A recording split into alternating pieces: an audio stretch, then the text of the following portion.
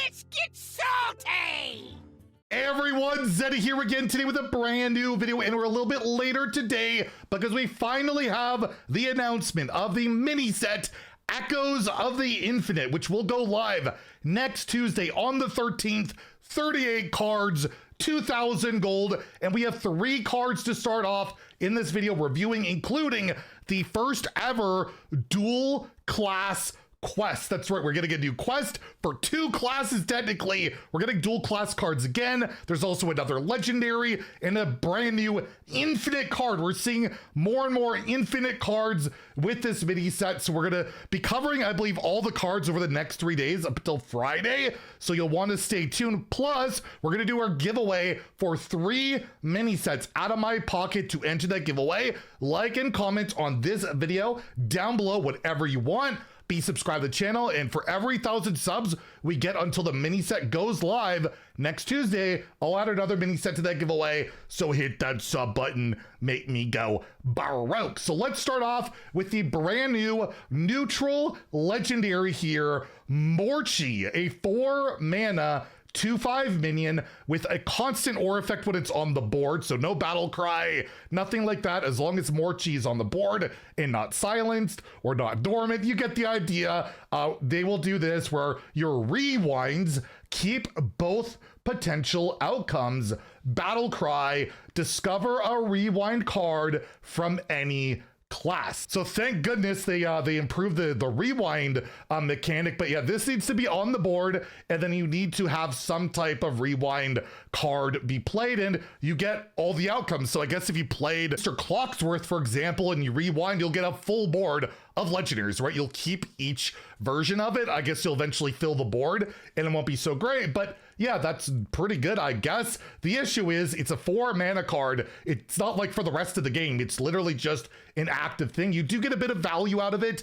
You get to discover a rewind card from any class. I'm assuming that's including your own. So you get some flexibility with it. If you get a cheaper one, might be able to combo it with it. But overall, this has to be alive on the board. The rewind, you got to build around it, play rewind cards, which are not seeing a ton of play. And outside of, like, I guess, like instant multiverse would be pretty crazy, right? Get that could be pretty good. Or maybe it'll be good rewind cards we'll see throughout this reveal season. Seems pretty underwhelming to me, pretty niche. I just don't see it being hard run. If it was for like the rest of the game type of battle cry, that could be pretty nutty. But the result, yeah, this needs to be on the board. I'm not very sold on it. And sadly, yes, we're going to start this review season off with a 1 star out of 5. And in Wild, I don't know if I've ever seen a rewind card see play in Wild. I'm sure Mark or Ulticon will make a combo out of this, but outside of that, it gets a 1 for me in Wild as well. But pretty cool effect, and this card could become cracked if we see like maybe some cheap rewind later on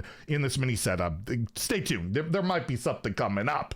Next, we have the Paladin weapon, the Hand of Infinity, a 3 mana 4/2 weapon, which is not bad. That's 8 damage for 3 mana. That could be pretty aggressive. However, you can't attack heroes, and it has Battle Cry. Set this weapon's attack to infinity this turn. So this can kill absolutely anything on the board as long as it doesn't have like Divine Shield pretty effectively, right? That's a pretty decent control option.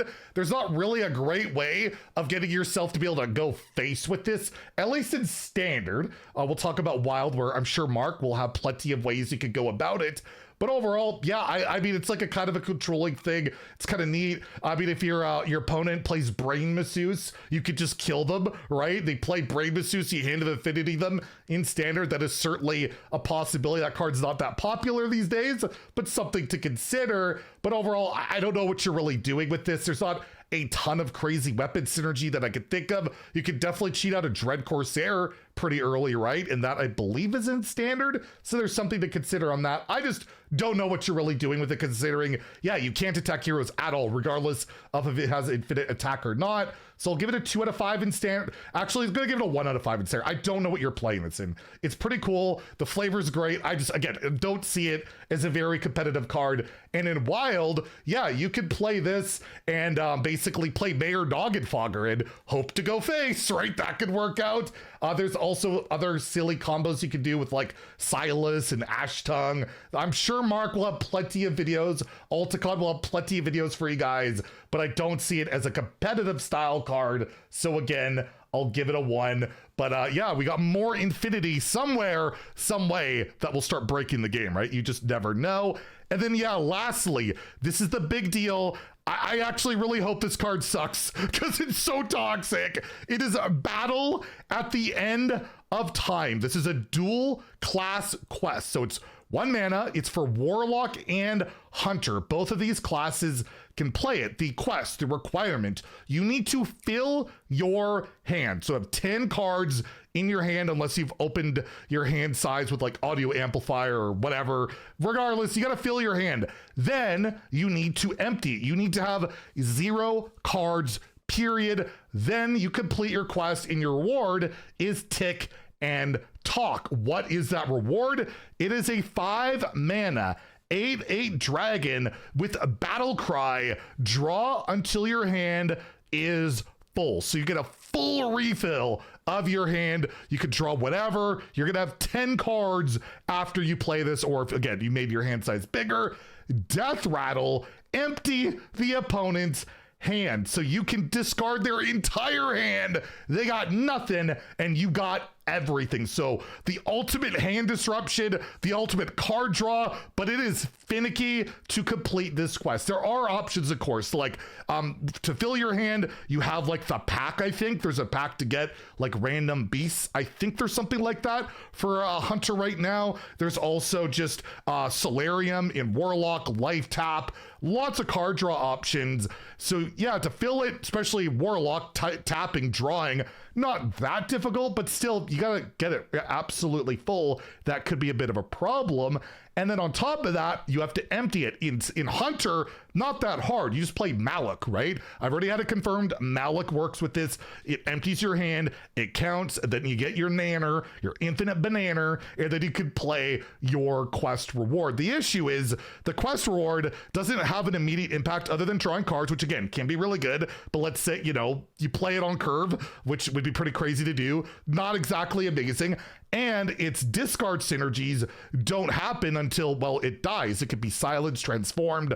Grifta could steal it, discard your head. You can do all that work. Grifta Amulet, they take it and kill it off. And then your hand's gone. You can see that happening.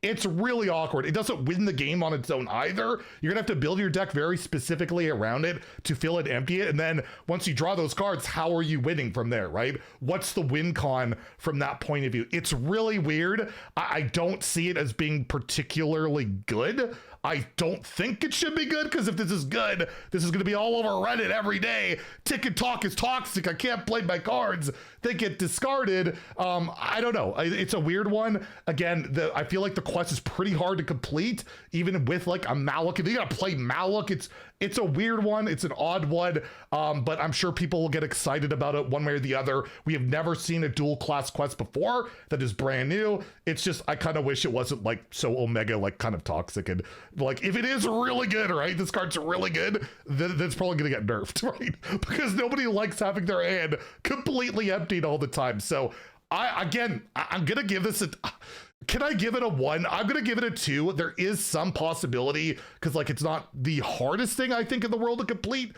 especially in Hunter. But overall, I don't know if it's just really competitive, but this will go into next year, right? This is, you know, not rotating anytime soon. And next year, who knows what happens. So I'll give it a 2, more likely a 1, and Theo will probably give this a 1, and then I'll lose our card review battle later. But regardless, I'm going to give it a 2 for fringe possibility, for being this really toxic disruption thing, plus 2 classes have accessibility to it. And in Wild, I'll give it a 1, because again, it's really slow, awkward. There are way more ways to like fill your hand and do stuff there, but overall, like it's not winning enough on its own.